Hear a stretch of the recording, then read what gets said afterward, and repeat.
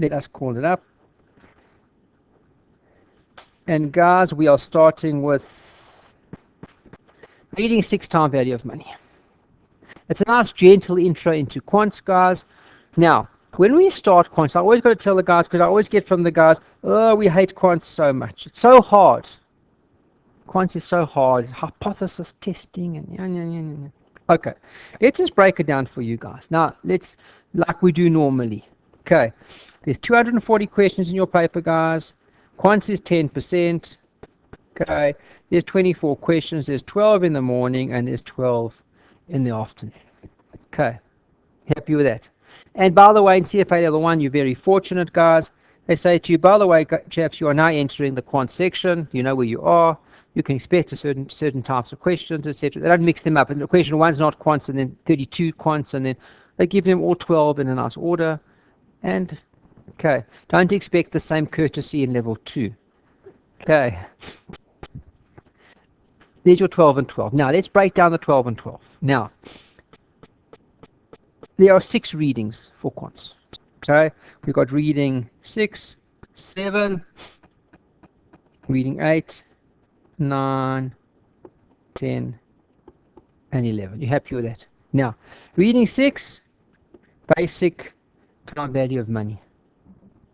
Okay, reading 7 is statistics. Now, when I talk about statistics, guys, I'm not talking about crazy statistics. I'm talking about things like the mean, the variance. We'll stop over there, not to skin anyone. Heteroski, no, nothing like that. Okay, that's waiting for you level 2. Heteroskedasticity, leptokurtosis. It's the fancy terms, guys, and when we do them, you're going to say, oh, that's so easy. And when someone uses it at work, you'll say, I know what that means. Don't try and confuse me. Okay. And that's statistics, and guys, really, I'm being perfectly honest with you guys. These 2 sections, time value and statistics, are not crazy sections to score marks on. Okay. We then move to 8, memory serves, it's probabilities. Okay, a challenging section. Okay, we'll break it down nicely for you. 9 and 10 start to deal with the various distributions, the normal distribution, the log normal distribution. These are terms that I'm sure are upsetting you already. We'll go through them. We'll break them down slowly for you guys, and we round off quants as you always would at the end of a quant section with hypothesis testing. Everything, of course, leads up to the hypothesis testing from the very start. So reading 8 through to 11, guys, are one reading, really. Okay. Leading up to hypothesis testing. Okay. And I've got to give you a little bit of a caveat, a little bit of a heads up, a bit of a warning. When we start CFA Level 2, the guys say, oh, are they glad to see the back of some of the quant sections from Level 1? And I said, please don't be so happy, because they're not testing you directly on hypothesis testing, but it's all in CFA Level 2 as well. But the problem with it, guys, is when you come to CFA Level 2, all of this stuff from Level 1 is an assumed knowledge. It's one of those funny ones. Some of the stuff from Level 1, as you move to Level 2, gets dropped by the wayside and they never ask it again. Quants is one of those, particularly, guys, from reading 8 through till 11. They're going to start you, they're going to say to you, just give me the null, write out the null hypothesis for me in Level 2. What's the null hypothesis for something of equality? And they say, well, but you know that from Level 1. So there is a carryover, particularly from quants knowledge. So my advice is, don't hate it as much as some of the students do. Learn to love it. Let's get through it. Let's study it well. That's why I do it quite early, guys. Gives you a lot of time to practice on it. It is important. It's not really, you've got 6. So some of the guys say to me, well, it's 12 marks, 6 readings, that's 2 per reading. Well, if I leave this one out, it won't be so bad. Okay, I want that thinking to go. That thinking you can only use when you're in May. If you're in May and there's certain things that you haven't covered yet, you'll phone me and we'll work out a strategy for you, what you can leave out, what you can't leave out. But now we're in Jan. Still, for another few days, we're gonna keep that. I don't want that thinking, guys. Okay, because I'm just telling you up front. Okay, with the benefit of lecturing across all 3 levels of CFA, it's going to come back and bite you. Okay, so I'm just trying to scare you just a bit that you don't treat quants as the poor cousin and say, well, okay, we need that for economics. No, just kidding. It's also a nice topic. Okay, you guys comfortable? Okay. The first thing we're going to be doing tonight is time value of money, guys. Let's see how far we can get into reading number 6. Okay. Has everybody brought who didn't bring a calculator? Okay. It's not the end of the world. Okay. I'm going to show you the calculator steps. Okay. So who doesn't have a calculator? When's yours coming? Tomorrow. Fantastic. Thursday, because we've got a class on Thursday. I'm trying to see how many we're going to need. So you'll be sorted by Thursday. When's yours coming? Okay, so it should be there by Thursday. Thursday. Okay, so hopefully by Thursday they should all be here. So we'll try and just talk around the points a little bit today. But it's vital that we start to use our calculators, guys. Okay, and I can see by the fact that everybody's had to buy calculators, okay, that they're going to be new to you all, okay. And again, a little bit of calculator advice, please use them continuously. You're going to be using these calculators now, guys, for the next 3 years. You have to know how to use them. They're the only permitted calculator. Take your old, we had one guy in the FRM class on Sunday, and he said, I told him they're permitted calculator. He says, but my shop. It's like I said, guys, it's not like a girlfriend. It's just a calculator. It's not like guys have these attachments. Am I right? Everyone loves their calculator that they used in varsity or that they use their guys. You've got to get used to the new one. And my strong advice is put the old one away. Okay, and start to practice on it. Because if you practice on the new one, it's going to be an asset to you. If you don't practice on it, it's going to become a liability to you. Because in the exam, if you can use a calculator quickly, you can do the answers much quicker than anybody else, and you save a whole batch of time. Whereas if you're sitting in the exam trying to work out PV on this flipping calculator, I wish I had my old one with me. Oh, where's my sharp? Okay, get over it, guys. Pull these calculators out. Pull the old ones away. Okay, you can give them to me if you like. I got a nice box in my office. I'll keep them for you. I promise I won't steal them. Promise. And you know what the funny thing is, if you start to use the Texas, you'll start to enjoy it. It's not that it comes with a bad rep, but it's a lovely calculator. Okay.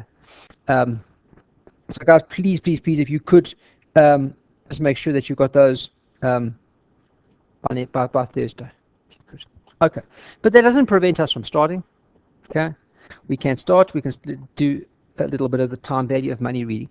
We start off with interest rates, guys. Okay, we look at interest rates from 3 perspectives. Required rate of return.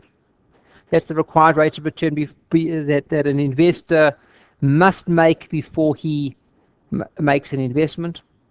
What's that normally tied to, guys, the required rate of return? It's got a bit of a link to something. Why did you decide that to be your required rate of return? Why do you have to earn that on your investment? It's probably quite close to linked to your funding rate, am I right? To how you're funding that investment. So obviously you've got to make on that investment more than it's costing you to fund it, am I right? That would probably be your required rate of return. Okay. How then does the required rate, everyone says, okay, just apply the discount rate, and no one tells you what the discount rate is. Okay. How does it apply to the discount rate then? Because remember, the discount rate is the rate that I'm going to use when I value an investment. Okay. Now, before we carry on, let's say, for example, I said to you guys, here's, I've got the following cash flows. Okay.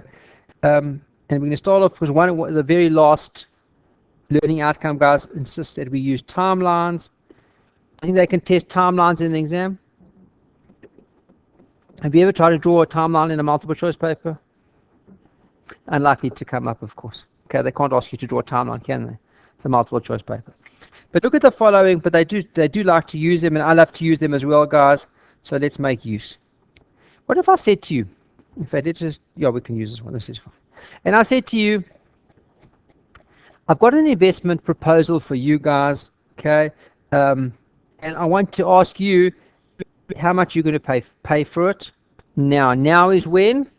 Time period 0. You happy with that? And you say to me, well, and what's the most common time the most common valuation methodology. DCF, discounted cash flows. There are others, and that's fun for equities in CFA level 2. You go through all the different valuation methodologies from start to finish. But your most common is your DCF, your discounted cash flows. Okay.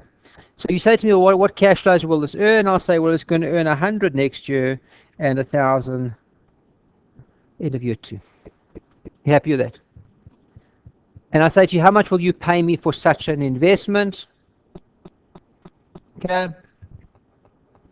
And what's your answer? How much? Who will pay me 1,100 for those cash flows? No. Anybody? I'm asking 1,100. But those are the cash flows. That's what you'll get. You'll get that back. Why won't you give me 1,100? Shut. Break even. Don't love that.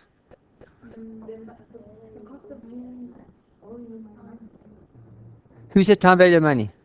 Okay, pat yourself on the back. Good. Okay, it's time value of money. I want the 1,100 from you now. But when am I going to give it back to you? Okay, money has time value, doesn't it? Okay, we're going to talk all about all these concepts now. But if I had to say to you, how much would you pay me for this investment? You'd say to me, whoa, what's the discount rate? Because remember, I've got to present value that back to there by how many years? 1 year. And that back by 2 years. You happy with that? Okay, so if I then had to say to you, let's just look at the calculations in general, guys. Okay, they're present value calculations. You happy with that?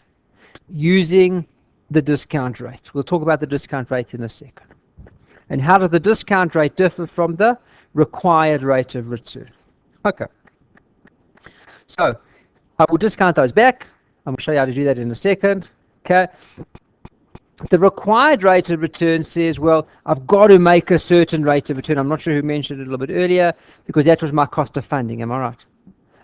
I'm borrowing money to make this investment at 10% from the bank. What do I have to make at least 10%? Otherwise, this is a useless investment, isn't it? Why would I borrow at 10% and earn a return at anything less than 10?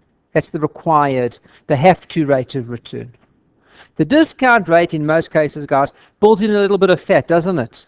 The discount rate says, let's build in just a little bit of fat. Why? Because if I'm borrowing at 10 and I'm earning at 10, well, there's not much room for error, is there? So we make it a little bit higher, don't we? Okay, good. That's the discount rate. So when I discount my investments, I discount at a slightly higher rate. Let's break this down even easier now. Let's only go 1 year. Let's talk about 1 year, make it even easier. Time period 0, time period 1. Now, look over here, guys. Over here, there will be a cash flow of 1,000. Okay. And I ask you again, how much are you prepared to pay me for that cash flow? How much would you pay me today to receive $1,000 in a year's time?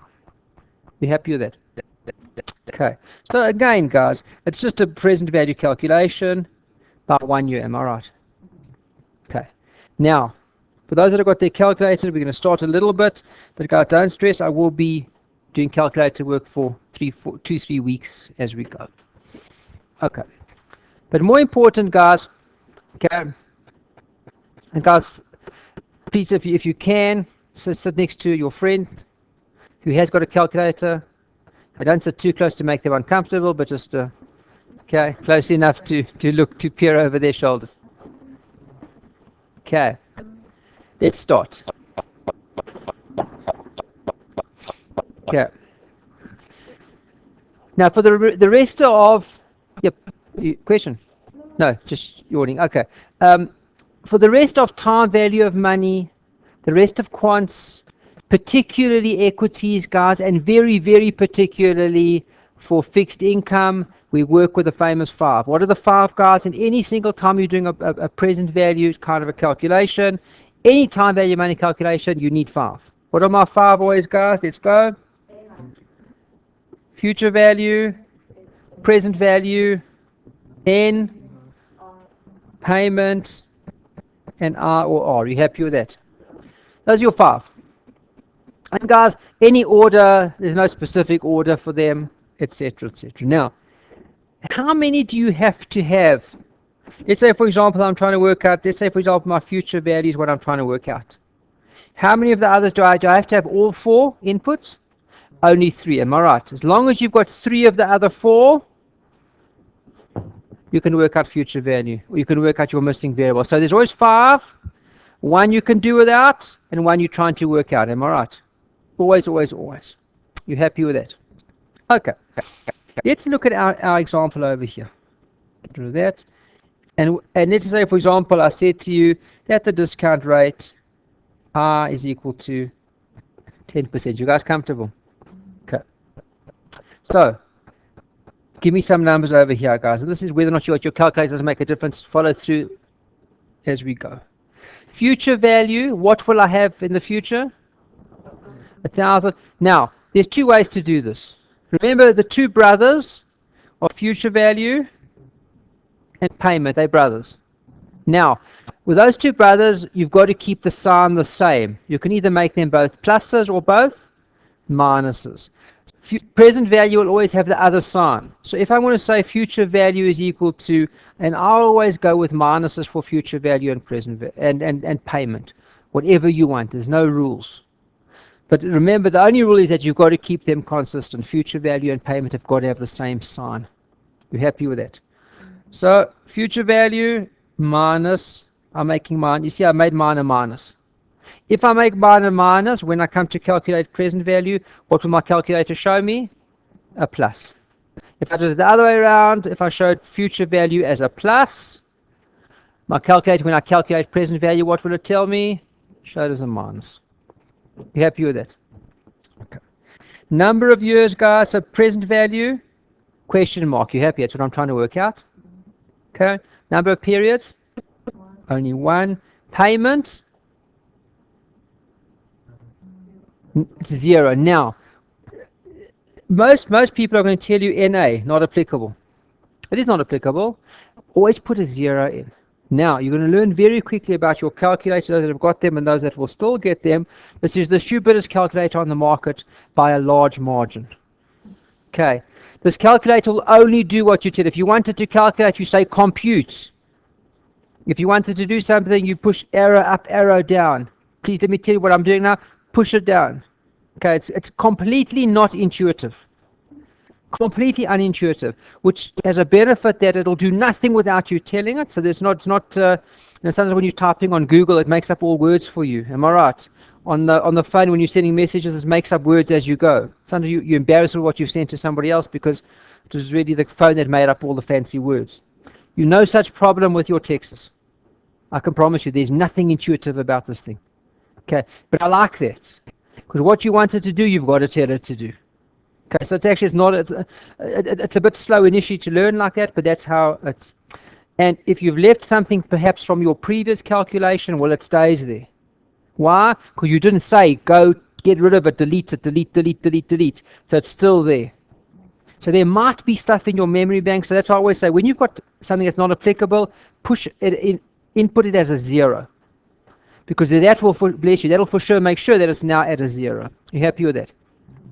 Okay, so I always say put it in as a 0. Interest rate, 10%. A little bit rule about the 10, bless you. Okay, a little bit rule about the 10%, guys. When you're inputting into your calculators, you never put 10%. You just put 10. Just a 10. Okay. Okay, so you don't put 0.1. You put 10.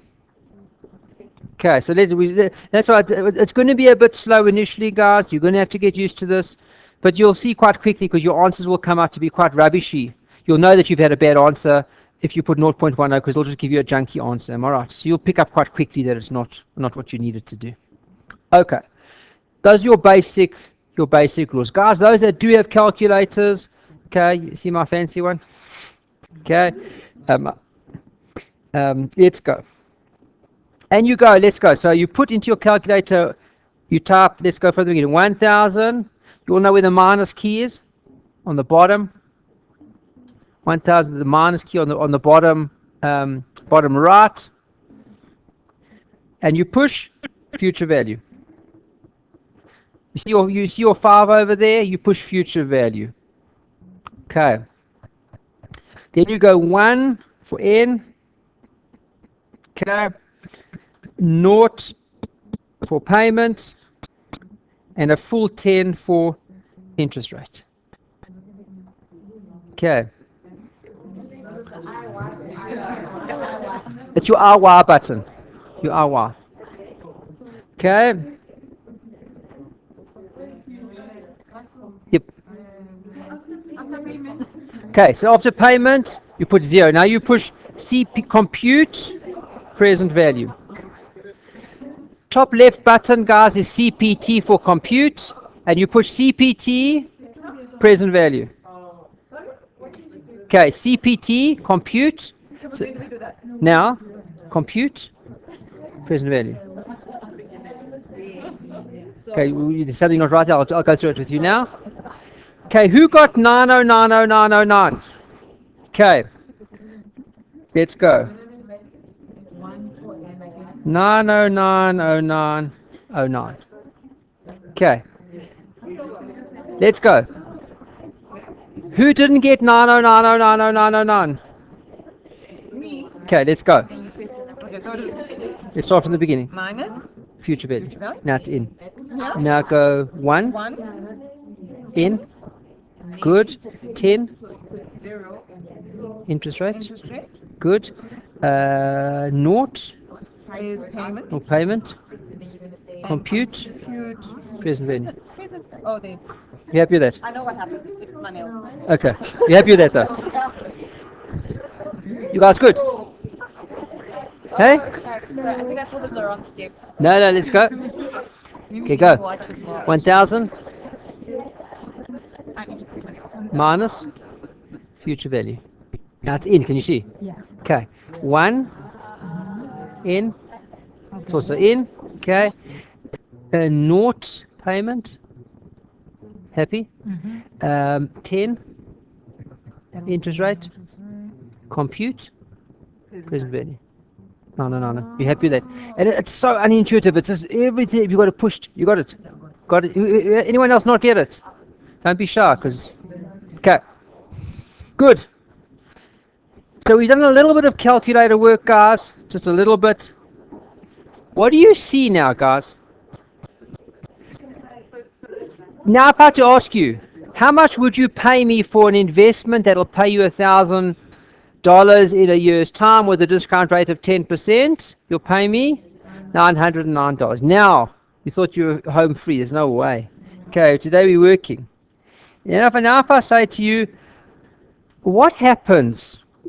Let's think about it. Could we do a little bit of calculator work, a little bit of thinking, all in one big step? Now, if I say to you, this particular investment that I'm asking you to make of $1,000 is very risky, what would you do to that discount rate? Up it or down it? You'd up it. Remember, it's almost like a normal rate would be 10%, but now there's a lot of risk. What do you want? You want a higher return, don't you? Everyone comfortable with that? So keep all your numbers the same, but remember, okay, what have I done now? I'm upping the return from 10 to 50. Now, before you run onto your calculator, because I don't want you liking these calculators, because you're going to love them so much eventually that you're not going to want to go anywhere without your calculator. Am I right? Okay. So don't love it so much. I want you to think as well. What answer are you expecting now?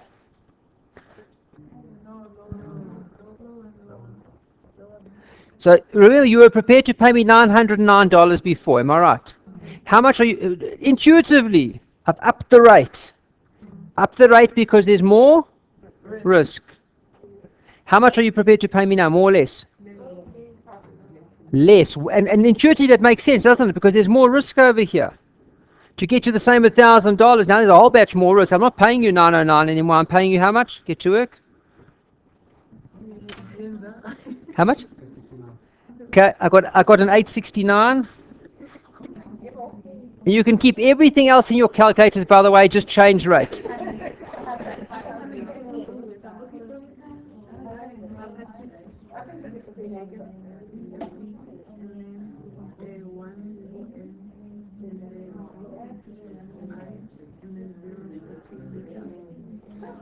Yep. What are you guys getting? Fantastic. Pam? No, no, all good.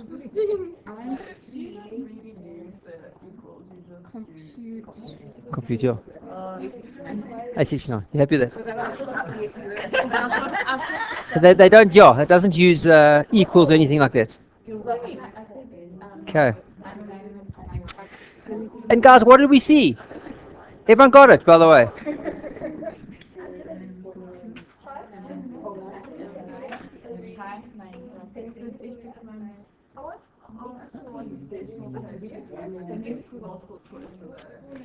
The answer is 4 decimal, but I'll do that when you get your calculators on Thursday.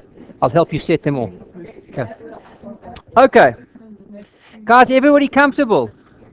But more, so we've done a little bit of calculator work, but we've also we looked at a very important concept, guys, in terms of required rates of return and discount rates, that the higher the risk, the higher the discount rate, and this is such a vital concept, guys, to go forward with in terms of valuation. The higher the risk, the higher the discount rate, the lower the value. Because now remember very, very carefully, guys, and this is what's going to hopefully help you as you move through valuations and bonds, particularly present value that we've just now calculated is a proxy, or is also the same thing as what? If I said, give me another word for present value, what would you call it? I'll give you a clue. It starts with a P. Don't love that. P. Now you're just guessing. Okay. It's a proxy for price. Am I right? How do you work out the value or price of an investment? What do you calculate? It's present value. You happy with that? Very important that we get that concept early on, guys, that present value is just a proxy for price. Now, the minute I've got cash flows and a discount rate, I can work out anything I like. I can start to value anything, can't you? Okay. And that's going to be part of what we're doing in this reading, equities, bonds, because remember, what is a discounted cash flow? Discounted cash flow, who can give me the definition of a DCF? It's the present value, you happy, of the expected future cash flows, discounted at an appropriate discount rate. Am I right? So as soon as you've got all those factors together, what can you calculate? The DCF or the price. Am I right? So to get to price, it's purely just a present value calc. I hope I don't make it sound so easy. You're going to say, well, I'm not coming back. I've got this already. Okay, but it's no more difficult than that, guys. Just get our concepts, our bearings right. Okay, so we've had a brief look over there. Let us move on a little bit.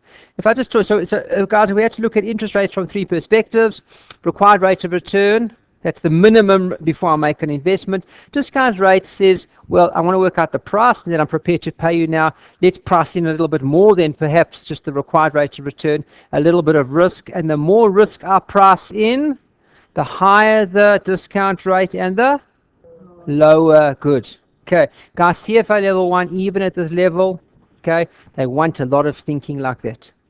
If the discount rate goes up, then the price does that. If the price does this, you've got to start to think like that. And think like that, which is a good way of thinking, intuitively, and think like that, but also think like that quickly, of course, because you've got 90 seconds, am I right? So we're going to process that quite as we go through. Okay, good. What's an opportunity cost?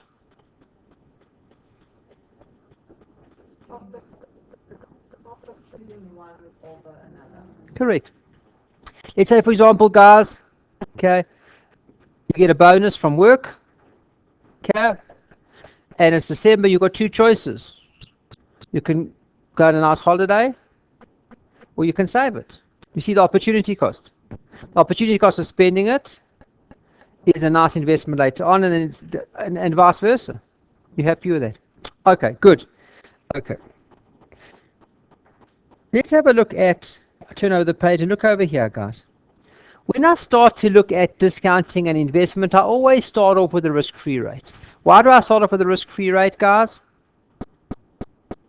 Before I make any, remember, what I'm looking at now is I'm looking at, give me a rate that I can discount at. I'm looking for the discount rate. What is the appropriate discount rate? I've got an investment that I need to make. What's the appropriate discount rate? So let's start off, why when I'm looking at the appropriate discount rate, which also means, by the way, that I'm looking at discounting the investment. It also means I'm looking at the correct price to pay for an investment. You happy with that? Why do I start with the risk-free rate? Because remember, guys, if I can't even get the risk-free rate, well then, is there any point in starting the whole process, is there? Because if I can't even get the risk-free rate, I'd rather go and invest in a risk-free investment, wouldn't I? Why look at anything else? I could just go and invest in the risk-free investment. But there's other, remember what we said? We start off with a risk-free rate or a certain rate, and I build up, don't I? As the risk gets more, I add premium after premium after premium, don't I? And as I add on the premiums, what happens to my value? It's got an inverse relationship, doesn't it? Okay, you guys comfortable? Start off with the inflation premium. What's the inflation premium? Okay, and I'm sure you guys know this, or anyone that's done economics. The real risk-free rate plus inflation will give me what? The nominal risk-free rate. You happy with that? Okay, to move between nominal and real, what's the adjustment? Inflation. You happy with that? Okay, so all I've done in my first little adjustment over here, guys, to move from real to nominal, I make an inflation adjustment. Okay. Then we're going to add on certain premiums, and as I add on more premiums to the discount rate, guys, the rate goes up and up and up and brings my investment value down and down and down. Okay. And we look at three different kinds of premiums, guys. There could be more. The first one is a default premium. What's a default premium? Why would I add more onto the rate? Because I think that you say to me, listen, I'll pay you the $1,000 in a year. I think, no, you sure you'll pay me? Where's the $1,000? No, it's still coming. It's with my aunt, and I'll get it next week. And stories, am I right? So now you're starting to smell a default, aren't you? Okay, so you add on a little bit more. So we start off, guys, with the real risk-free rate. And let's say, for example, that was 2%. I add on a bit of inflation. Let's say that was 3%, giving me a nominal risk-free rate now of 5. But then I say, oh, I smell a rat, okay? And I add on a default premium of another 3%. I'm not sure you're going to pay me, so I'm going to add on a bit of a risk premium. What's liquidity premium?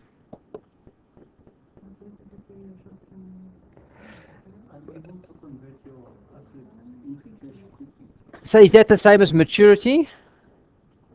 Because you talk a little bit about maturity when you talk about length of time. You happy with that? So what's in liquidity and maturity? Liquidity is exactly what you're saying. Let's say, for example, I say to you, I'll give you the 1,000, but it's going to be in gold bars. What? Or I say to you, I'm going to give you the 1,000, but it's going to be, I'm going to give you 7 of these discs. Okay. What do you still have to do with those discs? Sell them. It's not cash, is it? It's not liquid. So there's a process still of trying to. Will you get the $1,000 for the 7 discs? Maybe, maybe not. Okay, that's liquidity. Okay, so we add on another 2% for liquidity. I'm just making up these numbers, by the way. They're not real, of course. What's maturity?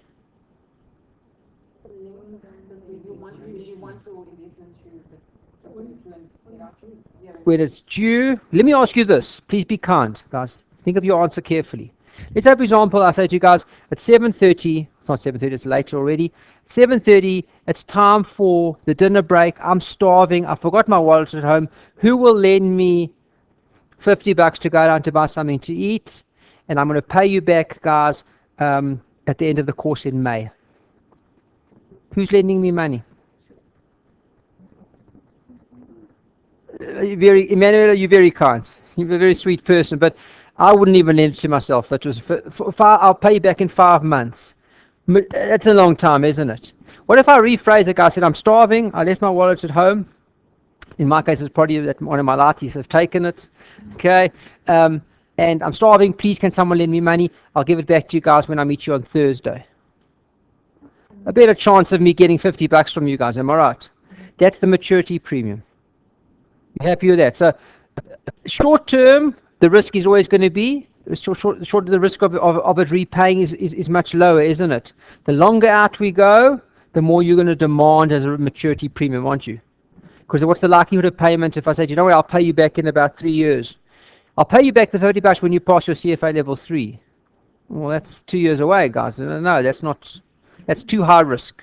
You happy with that? Okay, so we add on another 4% over there. You add all, yep. You want to lend me 50 bucks? What do you say? So if I had to pay my fee over 4 or 5 months. Okay. Is this a real question? Yeah. Okay. I've got 2 answers for you. Answer number 1 is that per edge policy we do.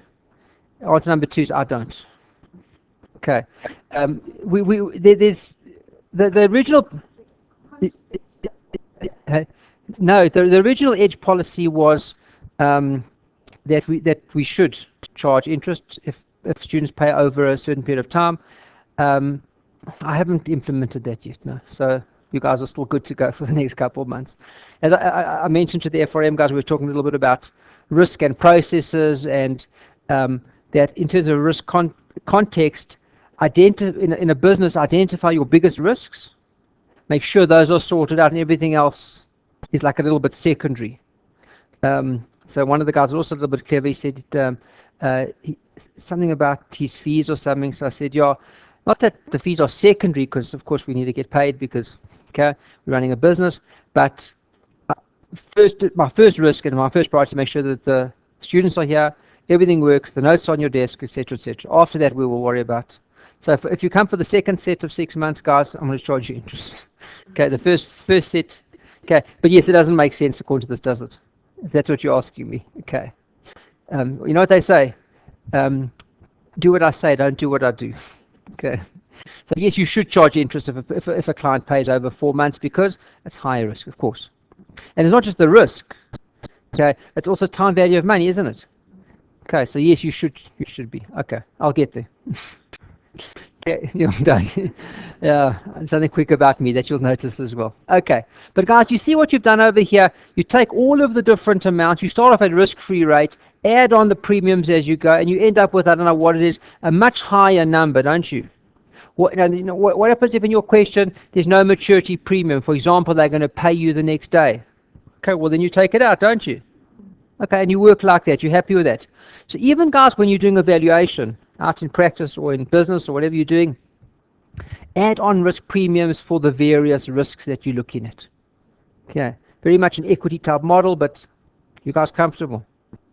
Okay, and that's what we did in our example. When I went from 10% to 15%, you saw what happened. The present value or the price went down, didn't it? Okay, good. Okay, now we are starting with the different rates.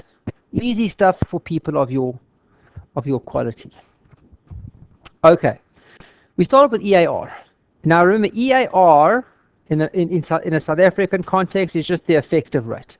Americans call it EAR, effective annual rate. We just call it the effective rate. We're going to work with 3 rates, guys.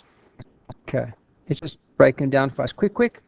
Okay, we work with the stated rate. Okay, stated rate, we know that within a South African context and within your Texas context to be the nominal rate. Okay, then there's the effective annual rate. We just call it the effective rate. Then there's the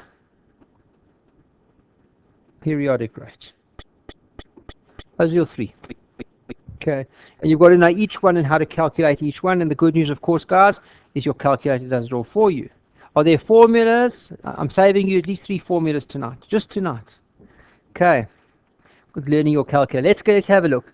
Assuming that the stated rate is 12% per annum. Okay. And then I say to you, it's a nominal rate of 12% per annum compounded monthly. In other words, how many periods are there every month? I compound. So N is equal to 12, because I've told you I want to compound monthly. You guys comfortable? Okay. Now, the easy one to calculate, so that's your stated rate, guys. Effective rate would be a calculation.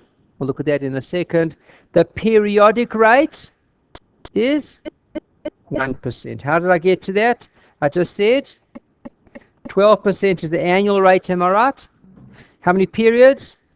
Divide by 12. So what's the rate per period, or the periodic rate? 1%. You happy with that? Okay. What's the effective rate? First of all, when I talk about the effective rate, do you think that the effective rate will be higher than 12 or less than 12?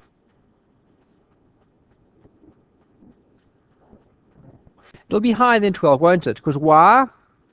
For the first month, what do I get? Let's do the calc. Let's go. Okay. There's time period 0, and then I would go time period 1. You happy? Time period 2, blah, blah, blah, 2. Time period 12. You happy with that? What's my calc for the first period, time period 1?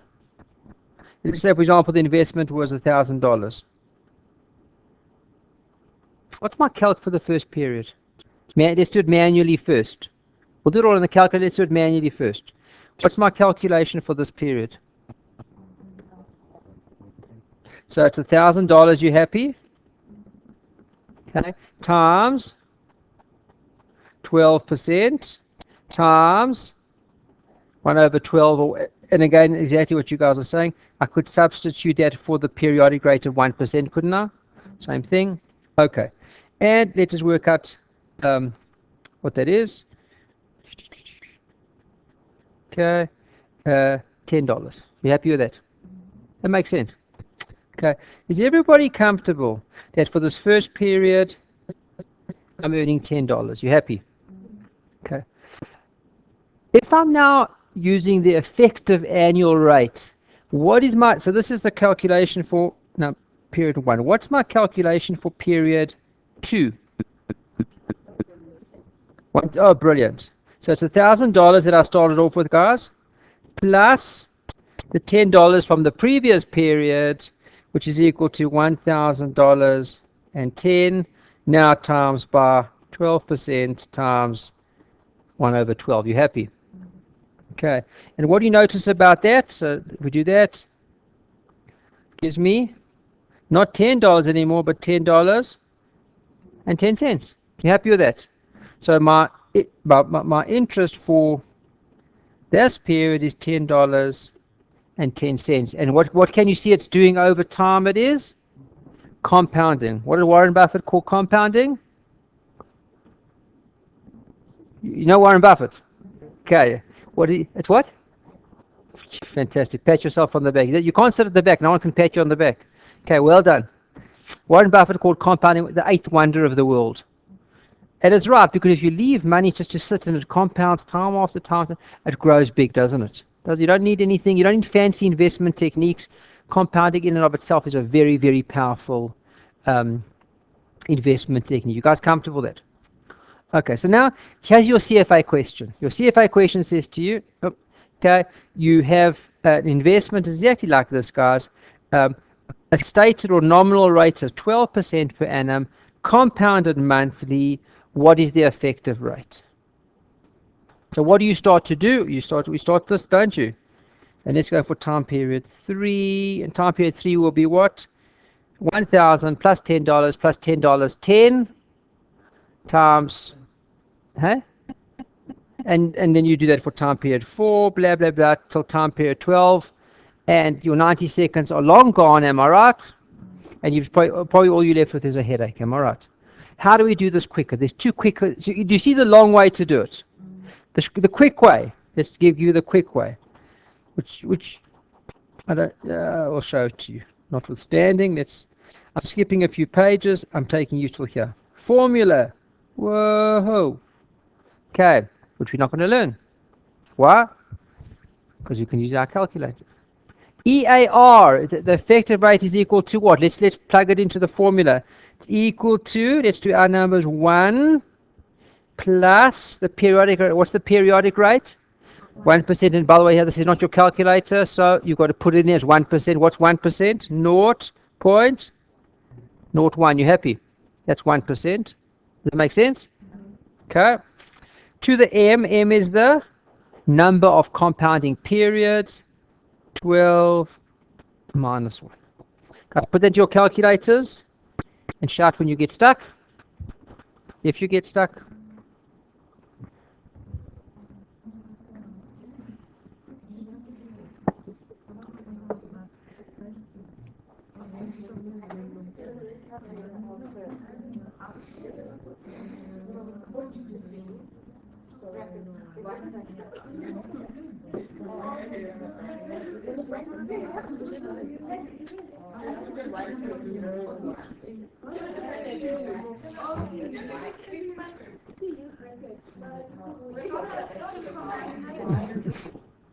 Yep.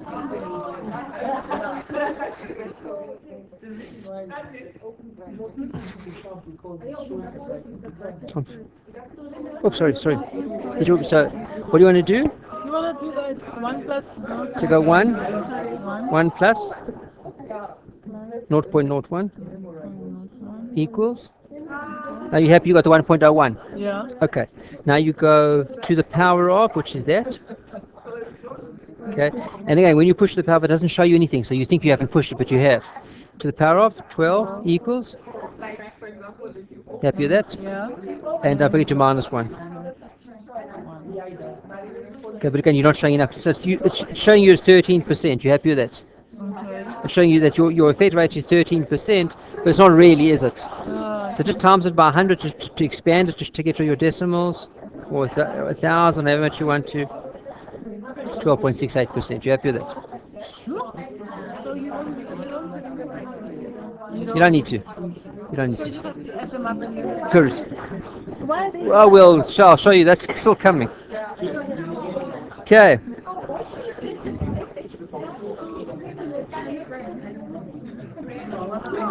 Okay. Guys, did everybody get 12.68%? Okay. Okay. 12.68. Okay. There's a few things we still need to do. First of all, on your calculators, guys, and I'll do it on Thursday when everybody's got their machines in front of them.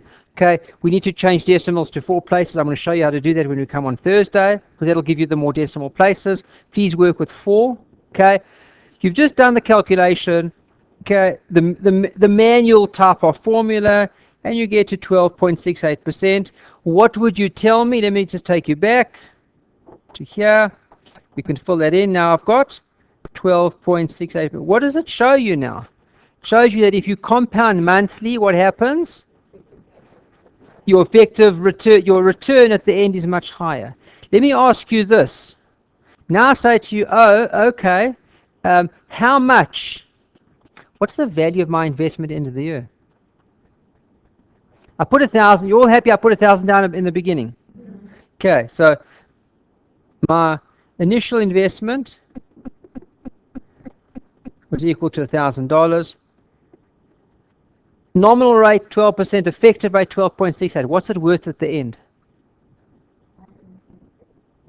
So my interest would be $1,000. You happy? Times by 12.68. So I would have got how much? $126.80 American cents. Am I right? How would I get that? Let's just show you the calc quick. It would be $1,000 times 12.68%. What's my total value then at the end, which is obviously equal to $126.80. You have that, and what is that? That's the interest, isn't it? The interest component. What's the total then? $1,000, $1,100. How would I get that simply if I wanted to do it in one step? I would say 1,000. You happy? My initial investment times 1 plus 12.68%. You happy? Will give me 1,126. You happy with that, guys? We'll get used to the calcs as we go through, but that's just simple. Now, what if I said to you, okay, you hate learning formulas. So So you say, that's very nice what you've taught us, and this formula sucks. And I don't want to learn formulas. Okay, then you go to your calculator. Look, and I'm just going to show it to you very quick. And I'll do it again next week again for, on Thursday when the guys bring the calculators. You go into your calculators, guys, and you go blue button second function, or some of them are not blue, some of them are yellow. Mine have, I don't know why they changed mine to be blue. You've got no colors. Oh, you have this grey. Okay, grey. I've got greys, I've got yellows, and mine on the calculator is blue. So you go second function, 2. The 2, you know the 2? On the calculator, 2. Okay, and then on top of the 2, what does it tell you? What's it called? What does it say on yours? iconv. What does iconv stand for? Interest conversion, am I right? What's it going to do for you? It's going to convert your interest rate for you. So what you should have when you push iconv, it should say nom. And what is it? Nom equals, what does it say on your calculators? 0, because this is a stupid calculator. If you want to do anything, you must tell it now. What's my nominal rate, guys? Let's go back. So now type onto your calculators 12. And because it's so stupid, you've got to push enter, don't you? Otherwise the calculator doesn't know what you're doing. So go 12, no, not compute, enter. Next to. Happy? 12, enter. Now it's in. Now, you use your arrow keys to go up. So go down, take your arrow keys, go 1 down. What does it tell you there? What does it say on your calculators? EFF, not the party, guys. Okay, EFF for effective. And that's what I'm trying to calculate, aren't I? But I can't get it yet because what haven't I told it? How many periods? So scroll down again. Now it says CY stands for the number of periods. How many do you want? Push 12. And don't forget to push enter, otherwise your calculator doesn't know what you're doing. You happy? Now go 1 arrow back up to the EFF. And now push compute. What does it give you? It's got to be easier than this, am I right? Okay. You've got 2 sorry guys, I lie. You've got 3 choices, second function. Yeah. But remember, even when if you don't clear it, when you go back to it, it'll still be there. But it doesn't affect any other calculations. No. So it's key, but remember, it's still there. So if you want to do another calculation of interest conversion, you've got to go back and you've got to re-amend the numbers. And you can just type over them. When you go back to the CE button, or is it No. on off? Go back to where? When you want to clear your work, Well, if you want to clear work, I always go second function, and then clear work. clear work. Yeah. Oh, is that why maybe it's picking up the 13 because it didn't clear my previous work? Correct. Guys, if I just stop you now and I say to you, I want you to calculate the effective rate, you would tell me, well, there's 3 ways to do it. The first way is a very manual way, like I showed you here, and you start to go through each day by day by day, period by period. It's going to take you about not 90 seconds, 90 hours, and then your exam will be finished. Otherwise, you could use your formula, your EAR formula. Let's just write that out for you guys. Please don't learn it off by heart. Here it is. Okay, what's the EAR formula? EAR is equal to 1 plus your periodic rate, okay, to the number of periods minus 1. Either one, or you can use your calculator, which is second function number 2. And then the button number 2 is your icon of your interest conversion calculator. You guys comfortable with it? And guys, also just a little bit of a reminder, please, when you're learning formulas, okay, I had one student that actually asked me this, by the way. When you learn the formula, it doesn't matter if I go 1 plus and I don't call it exactly. I said, you know, you can call it whatever you like in a formula. As long as you know the formula, you can write it out as periodic rate. You can represent it with a P. You can represent it with whatever you like. Am I right? You don't have to be so precise in your formulas when you're just really using them to help you calculate stuff, and they're not going to in any way be presented on your paper, are they? Nobody cares. So use the stuff that helps you remember the formula the best. If you've got another way to do it, by all means. You don't have to use the exact formula. But generally speaking, guys, you're going to find that your calculator is going to be so much quicker, so much easier. You're hating it now, I have no doubt. But you're going to love it next week.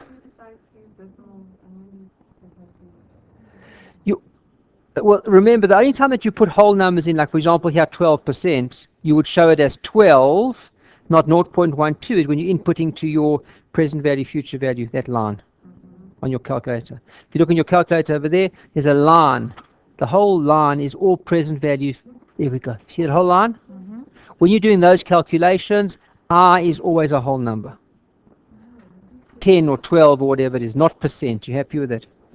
But don't worry, guys. We are going to be doing tons and tons and tons and tons of present value calculations. Okay, this is just the start. This is really just the beginning. Okay, let's carry on. Guys, if I just stop here, okay, there's a few calculations for you. We've shown you all of that. I'm not going to spend time over there. Different kinds of compounding. Okay, and just really, just in case. Is everyone going? Okay, it's not me. Okay. What we've done then, guys, if you look on page 5 of your notes, what we've then done is I've given you a step-by-step how to do it.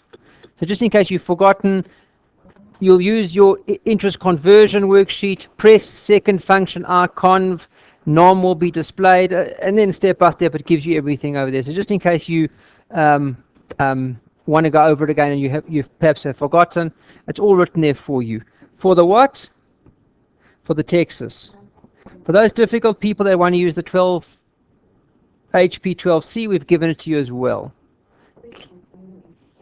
You can, but please don't. If you who's thinking about this 12C? Okay. Do you own one? Okay. Do you know how to use them? Because normally, to be honest with you, normally we've got two kinds of people in the class. Those that have got every other calculator but a Texas, and I say go buy the Texas. And so those that own HP 12Cs. And those that own HP 12Cs, first of all, they love them. They know how to use them, and they don't need me anyway. Generally. The 12Cs are like an exclusive group of calculator groupies, generally. But if you do need help, we have given you all of it over there. But if you don't have a calculator yet, guys, none of the other providers are showing you on the 12C. So stick away from it. If you don't own one already. Yep. If you own a 12B, doesn't help you. You can't use it.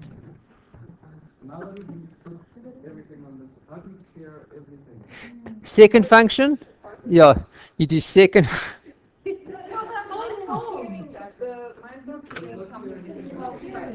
Okay.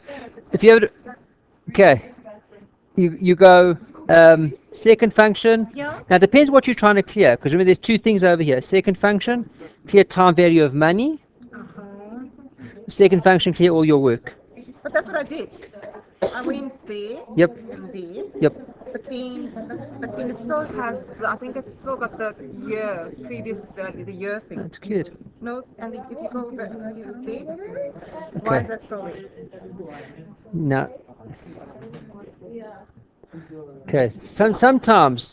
Okay, you're going to shout at me. I don't know why it doesn't clear it completely. Yeah, because that could be a problem. Second function. You go second function quit. Often it takes everything out. Depends. Okay, guys. I'm sorry for you, but sometimes, and I can't explain this, it's one of those things that you just can't explain, but sometimes you push clear, second function clear work, and you've got to push it a few times. I don't know why. Second, this is a very quirky calculator. Huh? It's like a man. Sis. Okay. There's three ways to clear. There's quit. Second function is here over here. Clear time value of money. See over there. Clear TVM. But we need to press second function on this one. Yeah. And or sometimes it's that one and the bottom. And this one? What about quit? Quit doesn't do much often. But it's a quirky calculator. In that respect. Okay. Guys, there's your 12C. I'm moving on a little bit, otherwise we are going to...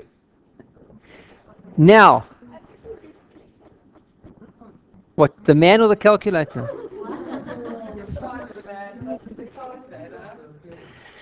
Doesn't. And remember, if you reset it, you're going to have all your settings going to go back to here. Now, I want to just raise a very important point over here, guys. Okay, they love this. What if compounding is continuous? What does that even mean? Well, if it's continuous, how do you calculate your EAR? Look here, this is nice. EAR is equal to the exponent to the R, which is the rate. Don't forget to minus 1. Okay, now no one likes it, am I right? Now, as soon as we start to talk about exponents, logarithms, people go, no one goes a bit cold, no one wants to learn that kind of stuff, am I right? Okay, now, there's another, first of all, and that's why I say, guys, you can see from here more and more, understanding is going to trump any learning of formulas off by heart. What is continuous compound? Let's talk about that first. What is continuous compounding?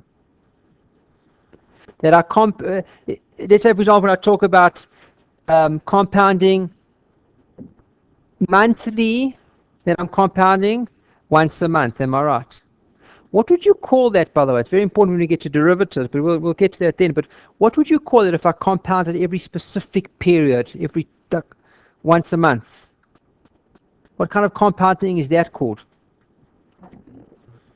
Monthly. But if this is continuous, what would that be? Starts with a D. Discrete. Discrete means at a point in time. Am I right? So when I compound once a month for 12 months, I'm compounding what? Discretely. If I'm compounding continuously, means I'm compounding when? Every second almost. It's a continuous compounding. There's no point that I can say I started here and I ended that. It's a continuous compounding. Okay. So for example, it's not 12 times a year. It's a couple hundred times a year. Okay, that's continuous compounding, and that's why the only way to solve it, by the way, the easy way to solve it is to use exponents and logarithms. Okay. If compounding is continuous, let's go for my example over here, guys. Let's go again. Nominal rate was 12. You happy? Okay. If I used number of periods, I made my compounding 12 periods. My effective annual rate on 12 periods, you told me was? 12.68. You happy with that? What would it be if I'm not compounding 12 times a year, but I'm compounding continuously hundreds and hundreds of times a year? Would you think it'll be higher or lower than 12.68? Higher. Okay. But now I can see everyone doesn't like my formula. Okay, so I'm going to see what a quick, easy route. Look over here. Because the calculator is so stupid, easy to fool it. What you do again, you go into your calculator, second function, IConv, interest conversion. Now you're busy converting rates. And I go, nominal, 12, you happy? And then I push, enter.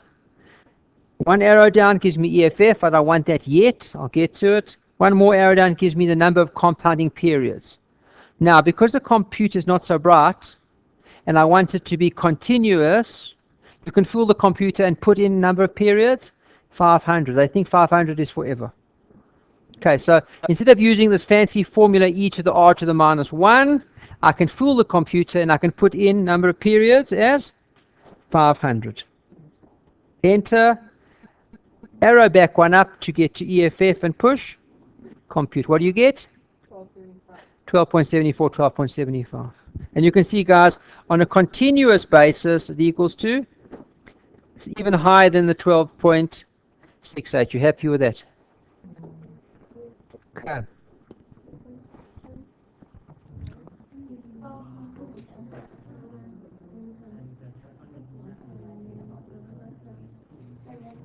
What's that? Yeah. You'll always get it right on that. Always. Okay. Let me just put this on too.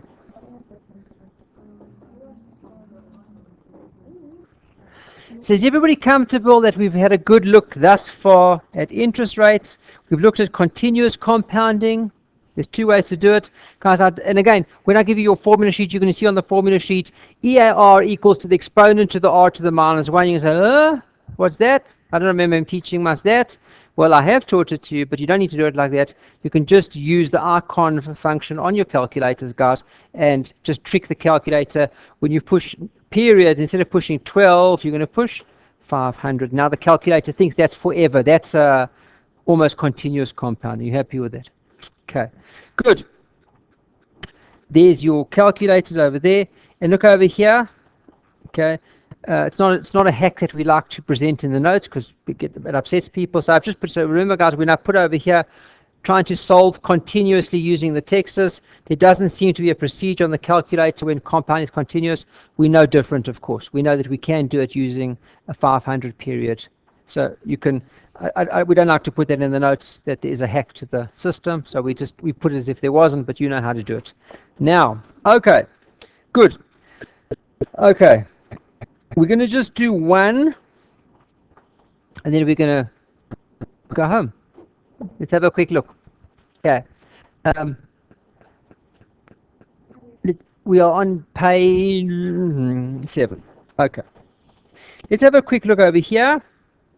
Example number 1. Vicky invests $10,000 today. Now, guys, as we go through in every kind of thing like this, even if it's not, you're not going to be using your calculators in that exact fashion, always be able to identify what's the present value that you do. Is the 10,000 a PV? Is it an FE? What is it as we go? So Vicky invests $10,000 today. That is her present value. She's offered a rate of 4% per annum. That's her I.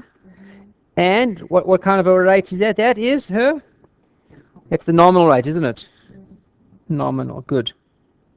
Or stated. And that's compounded quarterly. Okay.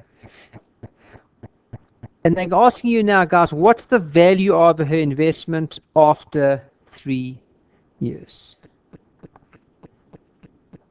Okay. First of all, don't look at anything there. Give me an approach. What did we do before? What did we do before when we try to solve? When we, the slight trick over here, guys, is that's for after 3 years. Am I right? What if it was after 1 year? What would you do if it was after 1 year? Step 1, you would go and calculate. You would convert the nominal rate of 4% to what? To a effective rate. You happy with that? That'll be your first step. They've done that for you over here with this nice calculation. You happy with this 1 plus? Why are they saying 1 plus 1%? That's the periodic rate, isn't it? Because what do we say? We say that, okay, it is 4% per annum. You happy? Compounded quarterly means how many times a year? 4 times. So the periodic rate will be 4% divided by 4 periods is equal to 1%, which is also equal to 0.01. You happy? So that's where that number comes from. 0.01, you happy with that? To the power of 4, that's your number of periods, minus 1, and I'm getting to 4.06% as my effective rate. I could also do that on my calculator, couldn't I? Okay, nominal rate would be 4, periods would be 4, compute EFF, am I right? That would be using your interest conversion function. Is everybody happy with that? So just stop over here, guys, and if I had to say to you, what would the value of her $10,000 be at the end of year 1? What would you tell me? End of year 1. What would I do? I would go, that's her starting off amount, am I right? $10,000 times 1 plus 4.06%, am I right? And obviously here, for this rate, I would use the effective rate, wouldn't I? Because that's what she's getting. She's getting it compounded every quarter. So it's more than 4%, isn't it? How much is it? It's 4.06. You happy with that? And that would be the value of her investment at the end of year 1. Is everyone comfortable with that? Okay. How would that now change if it's 3 years that she's invested for? Okay, so again, so I will do all of that stuff, and what would I do? Look at the calc over here. Tell me if you like this, guys. $10,000, you happy with that? Times 1 plus 0.0406. That's the effective rate. But how many years is she getting it for? 3. So that's to the power of 3. You happy with that? So her $10,000 at the end of 3 years would be worth 11,268. You guys come to the car. Very important, guys. I'm working very slowly through this just to make sure we get it step by step by step.